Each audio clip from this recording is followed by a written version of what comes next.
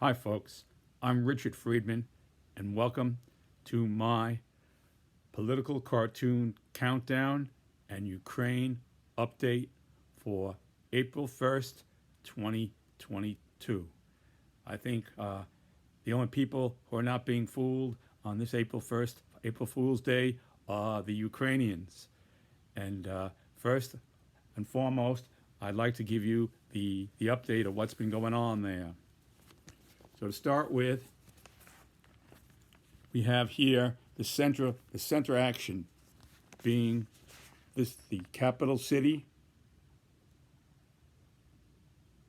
Okay, right here, Kiev.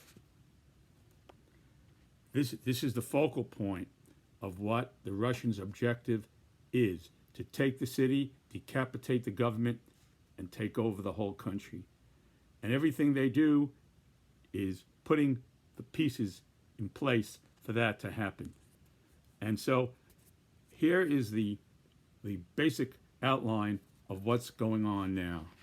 So you have here the Russians tried to take Kyiv, and they failed, and the Ukrainians heroically pushed them back, and they did that going through Irpin here, this suburban city or town of Irpin, and there a bloody battle was fought, like the Battle of New Orleans. That's what this on the fired our guns, and the Russians kept it coming. That's what it was. But they beat them back.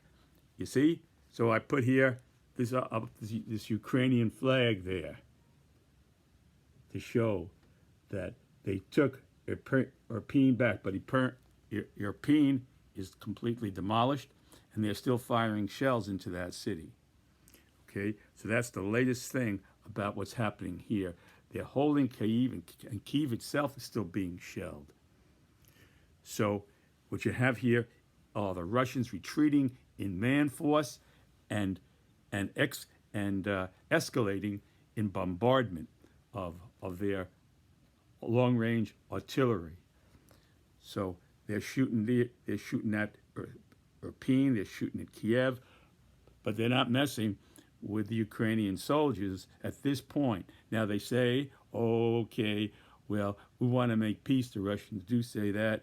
Let's sit down and talk for a while, and we'll move our troops out of there.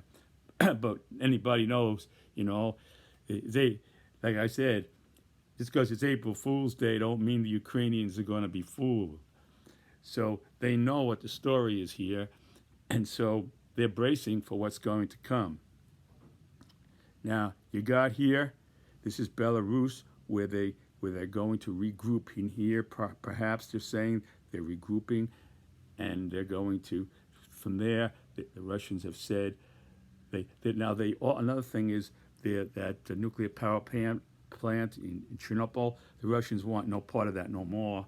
Enough radioactivity there, and their soldiers are getting sick and everything, so they're moving out of that place, So they're letting the Ukrainians get in there, So that's what's happening here. Now, that's Chernobyl, okay?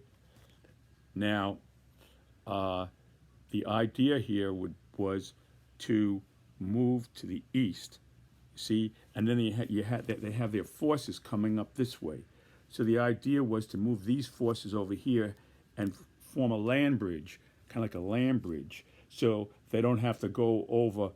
They don't have to go over the water to get there. I always used to call this the Putin Triborough Bridge. He built a bridge over here from Russia into here. So to bypass that bridge and make more direct route, they want to build a land bridge on by land, and from the Crimea, from Crimea through here where they've already have gotten this area here, and Mariupol is really taking the hardest of all the cities, and they really wanted that city. It's a seaport, and that's like their hub. The hub. It's like the Grand Central Station to them, of the 42nd Street, of what's going to bridge all this area here. So they really, and Mariupol was an area, was those group of people, they fought back in 2014. So the Russians really had it out, and they bombed the hell out of that city. And now they're taking, they say they're taking busloads of people out of that, out of there, out of the city. They say that they're trying to get about 40 buses or so to get the people they can get out of Mariupol. and this is the real kicker here. They're sending in from one of the cities, Donetsk. They're sending envoys over there to create a new government in Mariupol, and they're still fighting. Ukrainians are still fighting for the city. They haven't taken Mariupol yet. They haven't. They bombed. It's gone. It's off the face of the earth. But they still haven't taken the city because they're still fighting there. But the Russians are gung ho to get that city. So the administration in Donetsk is forming a new government to take over that the governing of Mariupol. What they're going to govern is wasteland, nothing. There's nobody to govern because everybody's either left or dead or injured. And plus the fact is that they're going to be snipers around, people who are going to be shooting at them. So I won't want that job of being the new Russian leader of Mariupol. That's a job, that Putin might give somebody who one of his generals was screwed up. He might send him over to Mariupol to run that city.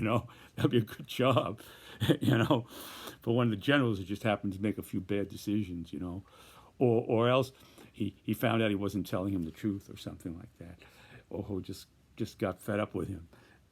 So anyway, that'd be a good job for him, the new mayor of Mariupol, the Russian leader of Mariupol. Why could kill the guy? You can send him over there. Let the Ukrainians take care of him. So anyway, I'm now joking, but I'm just thinking here that with all jokes aside and everything, that I say this, that the cards, the die is cast if those Ukrainians don't get the stuff they need. Because with all they're saying the British intelligence tell us that the Russians are like, they're shooting down their own planes, morale is low. A guy goes, oh, there's a plane up there. Oh, it was our plane, holy.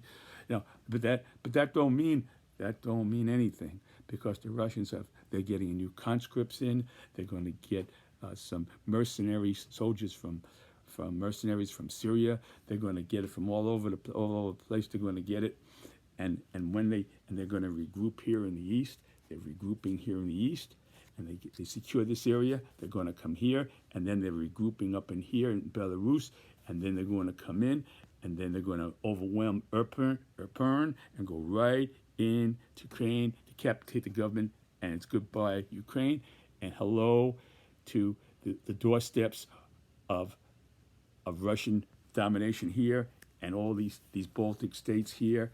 Your Baltic states here are going to be in jeopardy here. You're talking about Estonia, Latvia, Lithuania, and who knows what else. Romania here down below, Bulgaria, Moldova is a country now. So what I'm saying here is these people can't use American weapons. They got to have the old Soviet stuff that they did when they were part of the Soviet Union, and all these countries have those kind of weapons. The old MiGs, the old Russian MiG planes and everything. So I know anybody who can take a shave in the morning, who can give these people the stuff they need to fight, and turning them down because they're of whatever, and then you can shave in the morning because it's going to be on the doorstep. It's going to be on the doorstep.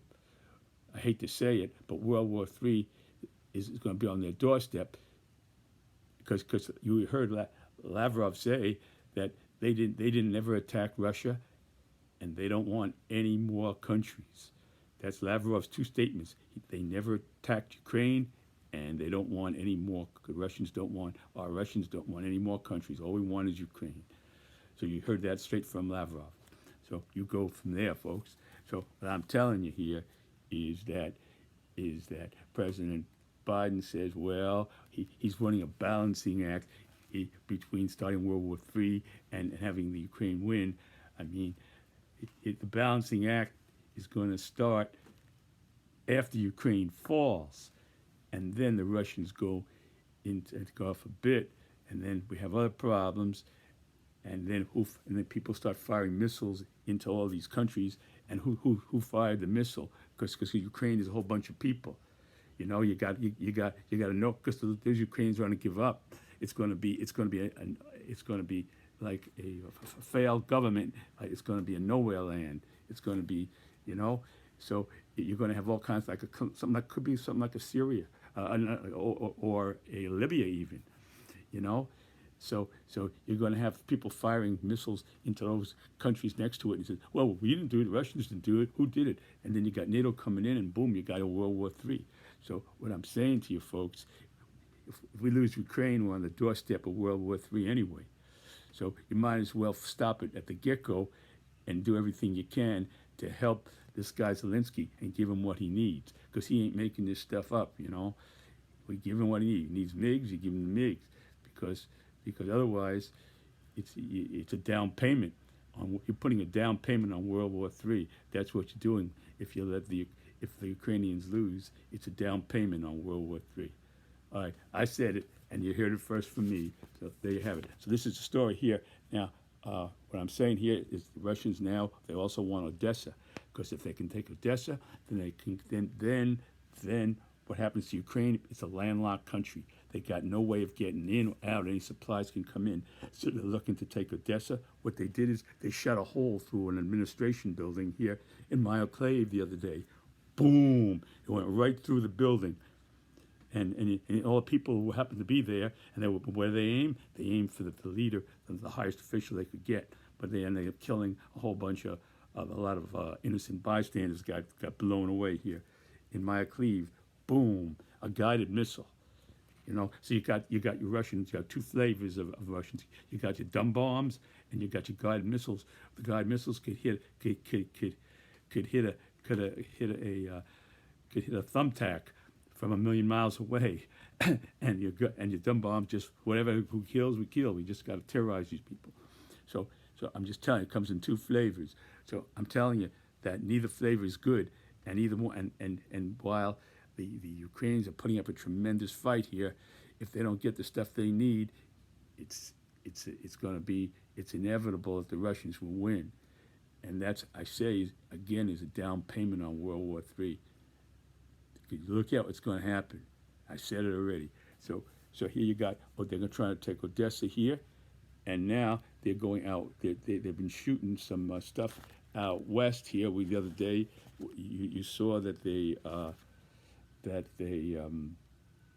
up here in Lviv, they hit a fuel supply depot up here with a hypersonic missile. So they'll throw in a hypersonic too once in a while, you know, from a plane way out there, and they could target the supply depot where all the fuel comes, and all the stuff that goes across the country gets their fuel, so they blow up the fuel.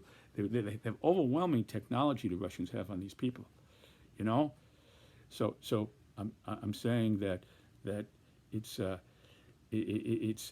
you got to give them what they need, you know. If they need if Zelensky says he needs flying acrobats from a circus, I'm just saying, then you bring him the flying acrobats from the Ringling Brothers and Barnum Bailey Circus.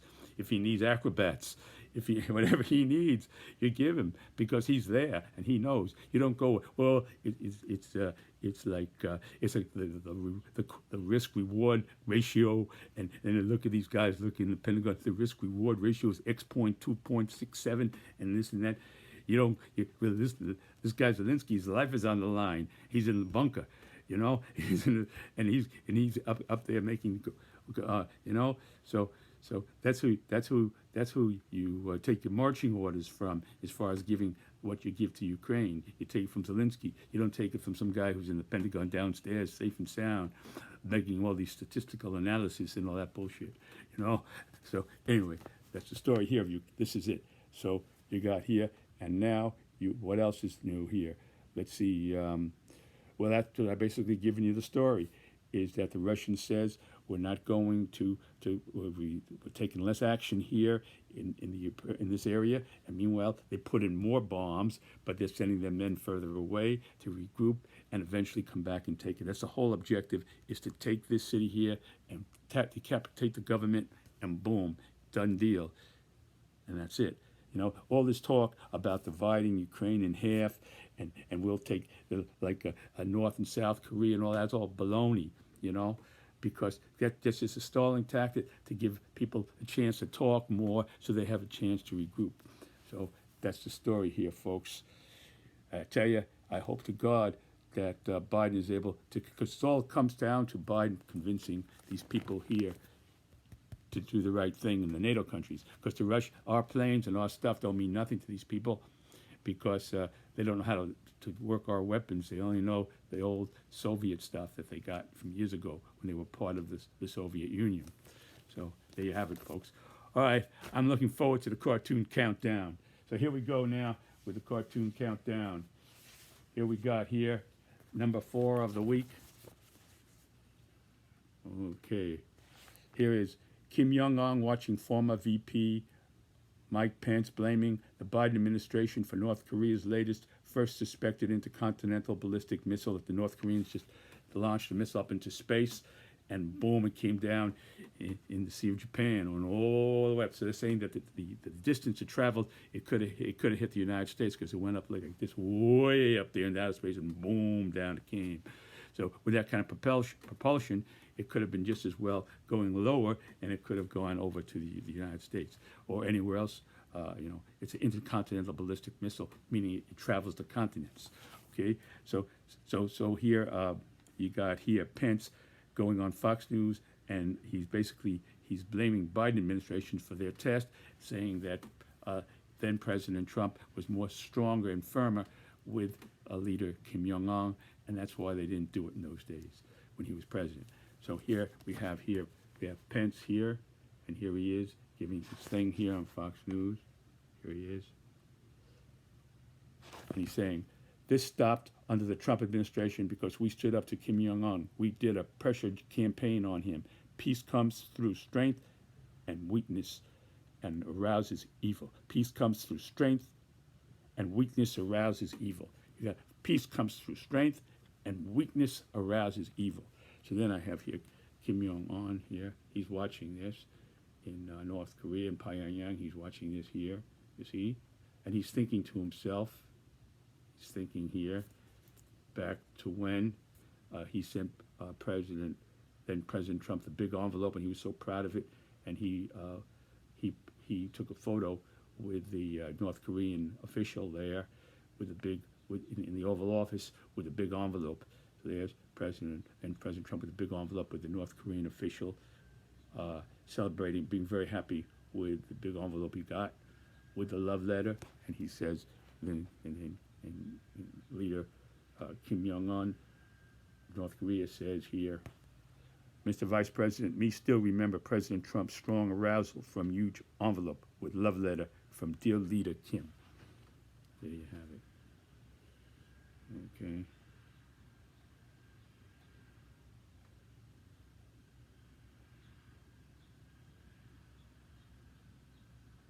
There it is.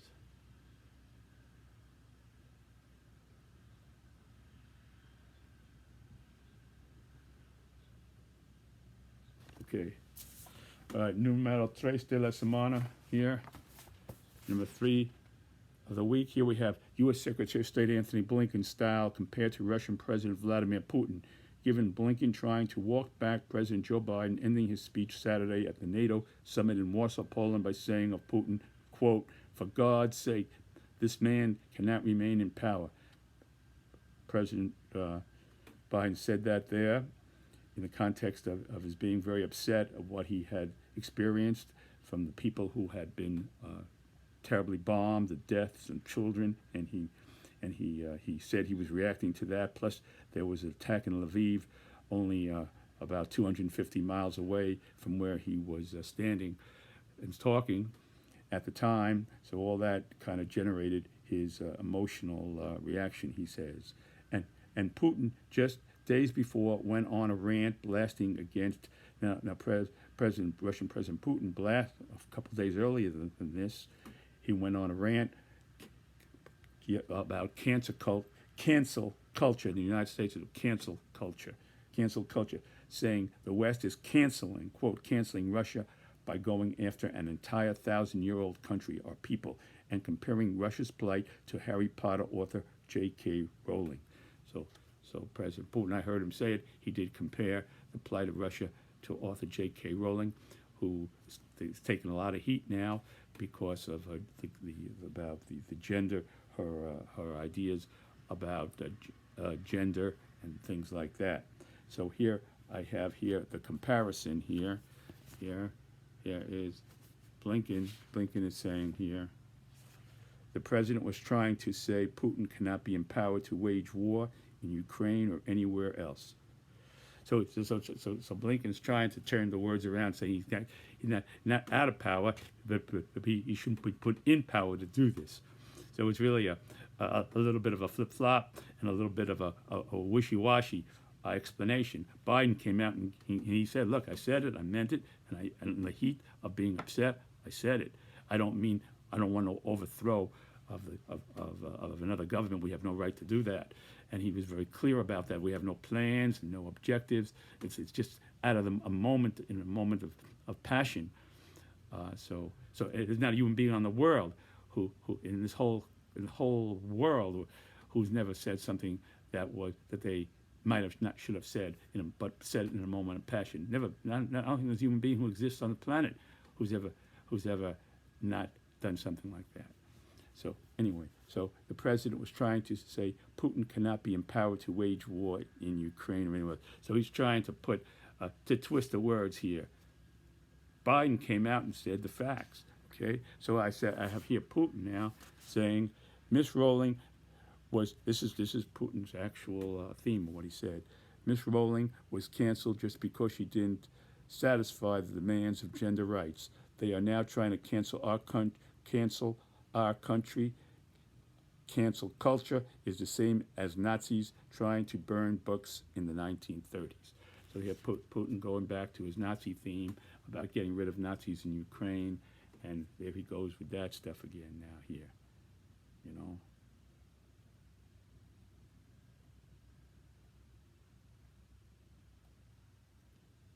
Okay, so I'm not a diplomat. I'm a cartoonist.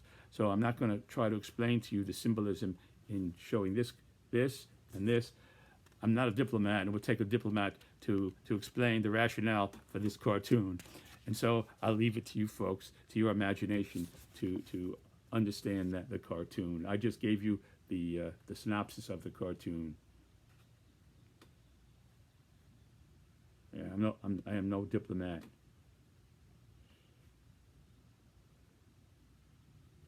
Okay, there.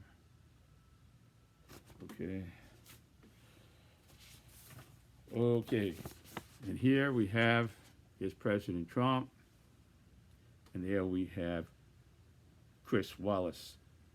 Okay, Chris is the son of the late Mike Wallace, who used to do 60 Minutes. His father, Mike Wallace. This is his son. He was on Fox News Sunday for a while, and now he's on CNN Plus.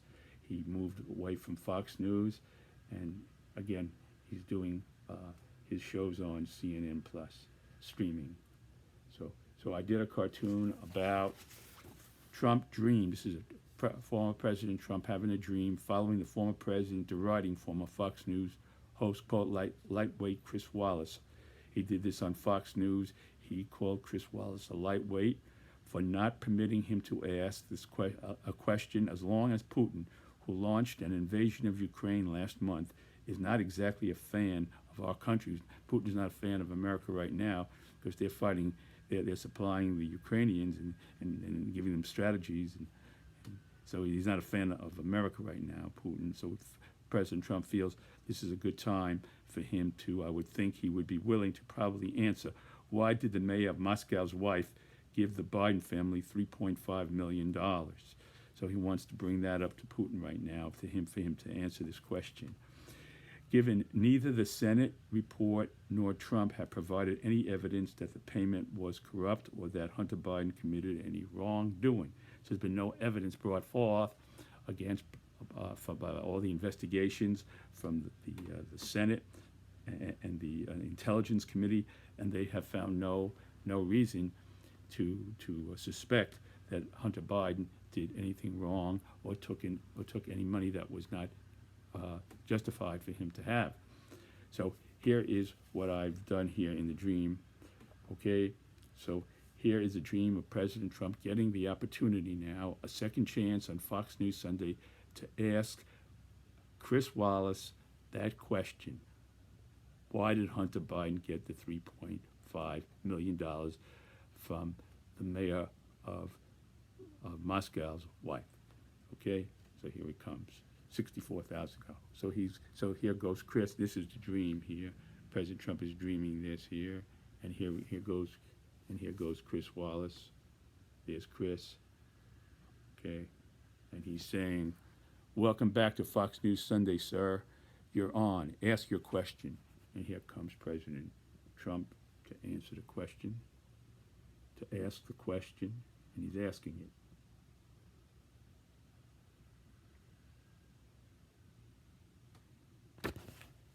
Why did the mayor of Moscow's wife give the Biden family $3.5 million? Okay, and here he goes, Chris Wallace's retort here, and he's saying three. But sir, Hunter Biden was not an owner or had any interest in the firm Senate Republicans allege, these are Senate Republicans now, allege received the $3.5 million payment in 2014. So the claim is false, because they did give him the mayor's wife did give the $3.5 million, but it wasn't to a firm that Hunter Biden was associated then. But now here's the clincher. It was a firm that's had a very similar name, except the firm must have dissolved or else became another firm with another person and added on. Another name was added on, and so it was a completely different company, which Hunter Biden had nothing to do with, that got the $3.5 million. But the fact of the matter is, it sounds so similar that it's almost interchangeable, because there's just one more name added on, and it's a different company. So there you go. So anyway, so that's from everything that I've researched and everything, the most reliable sources I could come up with. Those are the facts. Okay, and then President Trump here, former President Trump says, "Don't give me any of that fake news," because it's fake. He calls it fake news. And then you got here you got Chris retorting again here.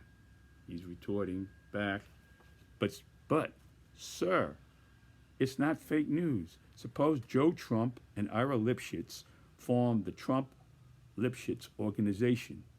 You could not be held responsible for funds they received, because it would be a different company with Trump's name, the same thing that happened here, and you couldn't hold President or former President Trump responsible for that. So it's the same, and that's an analogy there. So then here goes President Trump. Now he retorts back, and he says, "Another Democrat talking point. Good luck at CNN plus more Democrat fake news." CNN plus more means plus more Democrat fake news to President Trump, former President Trump. And there you have this cartoon. Former President Trump. Chris Wallace here. The dream. Okay. There.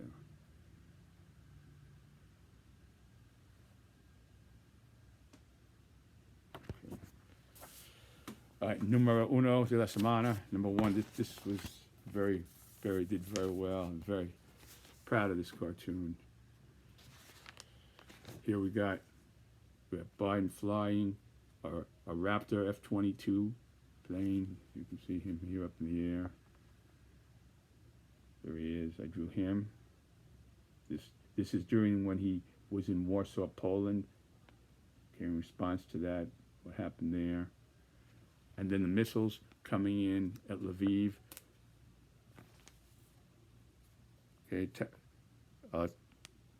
attacking. These were guided missiles sent in from ships, specifically guided missiles, so they were able to go right up to the border without going over the border, because they were targeted and precision bombing through guided missiles from ships. Okay, and so they hit right here in Lviv, the fuel supply depots that they attacked and blew up. Okay, because they're trying to block all the weapons from the west that are coming across. You see, they don't have the manpower to get out there and send men into Lviv. They don't have that manpower anymore. They're too bogged down in the eastern part of the country, so they're sending in missiles to block the supplies of coming through by destroying the fuel depots and things like that. And they sent another one out here, another attack here, around here somewhere, that they did attack also. So here I drew the Polish flag here.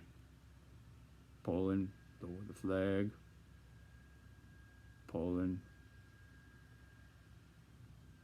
And here's how the cartoon goes. Biden warning Putin to not even think about moving on 1 single inch of NATO territory, symbolized by the U.S. president flying an F-22 Raptor jet fighter over some of the NATO member countries that close to non-member Ukraine. So these are the countries that are close to Ukraine. So here's Ukraine, and these are the countries here. Like I said before, when I originally was doing the update, these are the countries here, the Baltics, Estonia, Latvia, Lithuania. These are the Baltic countries here that would, you see, these after World War II, the Soviet Union annexed these countries, and it was only after the fall, after the Soviet Union dissolved, that they became free now. And it's Putin, President Putin, has his own manifest destiny. Like, it's like, well, I'm not going to say on Putin's side, no way, because every country has a right to, but this is what President Putin is thinking. President Putin does not see himself as an evil man. He sees himself as a Russian nationalist. It's his manifest destiny that Russia should be the Soviet Union and all these countries should be under their umbrella. That's his position. When he shaves in the morning, he gets up, he shaves like all we all do. He don't say, oh, I'm shaming myself. He sees himself as a great Russian patriot, like something like Peter the Great, maybe even, or Stalin. Stalin means steel. Stalin was man of steel. The way he stood up to those Nazis and everything like that. So